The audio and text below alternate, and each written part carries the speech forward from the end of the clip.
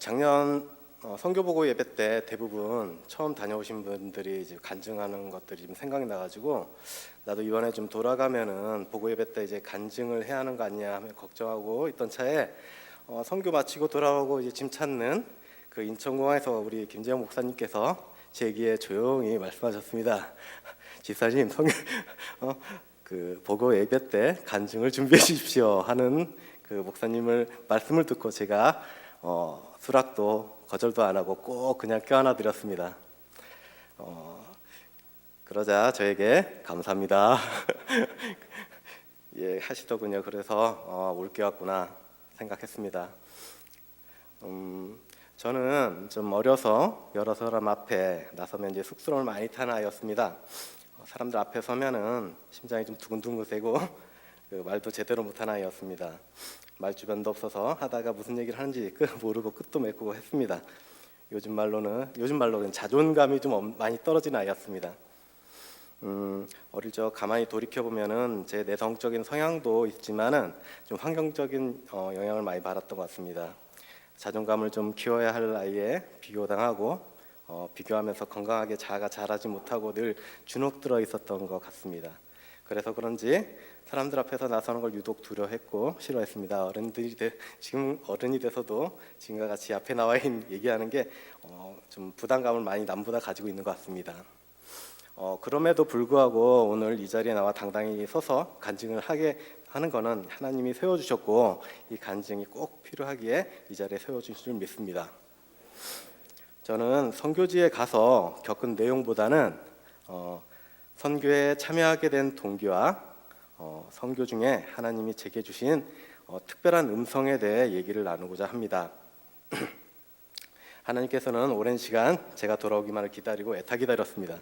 교회는 출입했지만 탕자 이상의 방황을 했고 하던 저에게 이제 제발 그만 돌아오라고 하셨습니다. 교회를 다닌다고 하지만은 세상을 더 좋아했던 것 같습니다. 사업을 한다며 돈을 좀 버니까 좀 흥청망청 돈을 또 쓰기도 했고 일핑계로 가정보다는 개인의 유익과 쾌락을 쫓고 살았던 것 같습니다. 하나님께서 그런 저에게 이제 그만 방황하고 돌아오라는 신호를 보내주셨습니다. 중동부 부장님을 부탁하는 담임 목사님의 권면이 그 신호 중 하나였습니다. 더 이상 버티지 못하고 순종하기로 했습니다. 그 음성의 순종이 저의 변화의 시작이었습니다.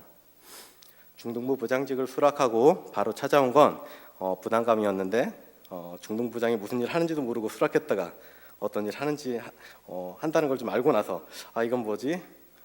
내가 하면 안 될 것 같은데 이거 잘못한 선택 같다. 그런 생각이 좀 쓰나미처럼 몰려왔습니다. 근데 목사님 말, 담임 목사님 말 아무것도 할 것 없고 교육부 시스템이 잘 돼 있어서 전혀 걱정하지 마라. 그런 말이 귓가에 좀 들리면서 뭔가 좀 당했구나 하는 생각이 좀 들었습니다. 막막했습니다. 그래서 안 하던 기도를 했습니다. 그렇게 가기 싫어했던 신년 새벽 기도를 하루도 안 빠지고 완주하면서 기도하기 시작했습니다. 평생 교회를 출입하면서 하던 기도의 양보다 그때 신년 기도 때 한 달에 한 기도 양이 더 많았습니다. 사실 저에게도 그동안 이렇게 살면 안 되는데 이렇게 신앙생활하면 안 된다는 생각을 많이 들었습니다. 열심히 일을 해도 또 열심히 놀아도 술을 또 제가 또 다닐 때 술을 좀 좋아해가지고 술도 마시고 노래를 불러봐도 채워지지 않는 점점 커지는 신념에 저희만의 갈급함이 있었습니다. 신년 새벽 기도가 끝나자마자 그 큰 갈급함으로 맡겨진 제3과 중동부 사역과 그리고 제3을 놓고 기도원에 들어갔습니다. 그래서 금식 기도를 하면서 하나님을 찾았고 하나님께 매달리게 되었습니다.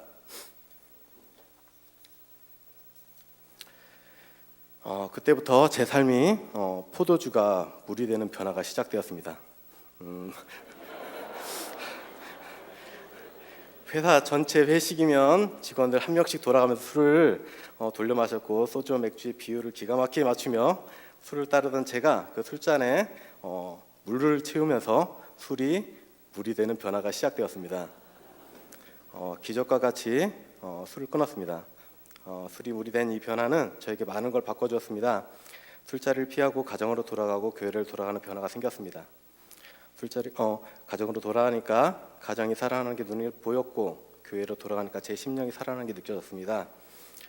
또 하나의 놀라운 사실은 저를 중등부로 보내신 하나님의 놀라운 계획이었습니다.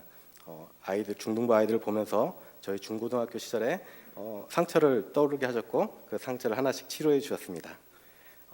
저희 어릴 적 비교식에 상처받았던 영혼을 치료해 주신 하나님을 만났습니다. 회사 일도 하나님이 보이지 않는 손길의 도우심을 보여주기 시작했습니다. 또 거기에 학업에 대한 환경도 여건을 주셔서 작년에 박사과정도 허락해 주셨습니다. 이런 놀라운 편에 감사함으로 선교를 신청했습니다.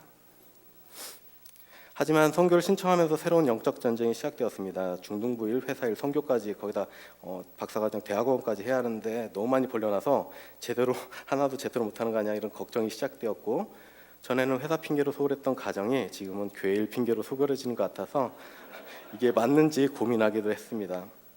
그래서 선교 일정이 바뀐다는 소식에 이거 대학원 학기 핑계로 포기해야겠다는 생각도 잠깐 했습니다. 하지만 기도 중에 대학원도 내가 보내준 거니까 걱정하지 말고 다녀오라는 하더군요. 그래서 중등부직을 순종했던 것처럼 선교도 순종하기로 마음을 먹었습니다. 그래도 만만치는 않았습니다. 선교하기 한 달 전에 많은 일이 생겼습니다. 구종 휴가 끝나자마자 중등부 수련회가 있었고 또 장인어른 팔순잔치에 그리고 또 가까운 우리 친척분의 암 진단을 받고 수술까지 하는 몸과 마음이 좀 지쳐갔던 것 같습니다. 선교 전에 많은 일을 겪고 정신없이 선교지를 출발하게 되었습니다. 그래도 저는 확신했습니다. 저를 이 베트남 땅에 보내신 깊은 하나님의 뜻이 있을 거라 믿었습니다. 저는 최선을 다해 복음을 전도했고 전한 영혼들이 주님을 영접하는 체험을 했습니다. 최선을 다해 찬송을 했고 서툰 기타를 쳤습니다. 바쁜 일정에 선교의 즐거움이 있었고 이동 중에 여러 믿음의 선배님들의 주옥 같은 조언을 들을 수 있어서 선교행에 준 선물이었습니다. 하지만 그게 다가 아니었습니다. 선교 마지막 날 하나님이 저를 위해 특별한 계획을 하나님이 이번 선교를 통한 저의 특별한 계획을 알게 되었습니다. 하나님께서 저에게 이렇게 말씀하셨습니다. 종철아, 네가 자랑스럽다. 예? 뭐라고요? 네가 자랑스럽다. 그리고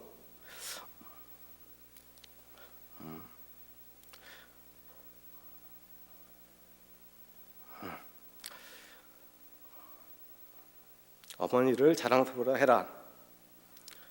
예? 어머니를 자랑스러워 해라. 그리고 네 아픔과 슬픔을 내가 안다. 네가 자랑스럽다. 어느 집사님이 제게 하신 말씀이 하나님 음성으로 들렸고 그 음성을 듣고 나서 눈물이 터졌습니다. 한 구석에도 멈추지 않는 눈물을 닦으면서 하나님께서 저를 위로해 주시려고 이 선교의 자리를 보낸 걸 깨달았습니다. 너무 가난한 날 상처투성이던 아이가 자라서 주님께 돌아와 이제 누군가를 도와주고 섬길 수 있는 여건과 환경을 열어주시고 먼 땅까지 이름도 모르는 불쌍한 심령을 구원을 받게 하는 도구로 사용되게 지게 하셨습니다. 그런 저를 이번 선교를 통해 위로해 주셨습니다. 네가 자랑스럽더라고. 오늘 그 음성이 이 자리에 있는 저희 어머니에게도 들리기를 소망합니다. 어머니 자랑스럽습니다.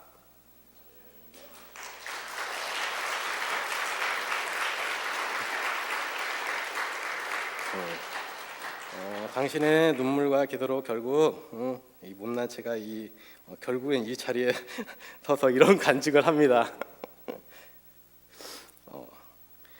누구든지 나를 따르려거든 자기를 부인하고 자기의 십자가를 지고 나를 따를 것이니라. 그 무거운 삶의 십자가를 지시고 묵묵히 하나님만 보고 온 당신이 자랑스럽습니다.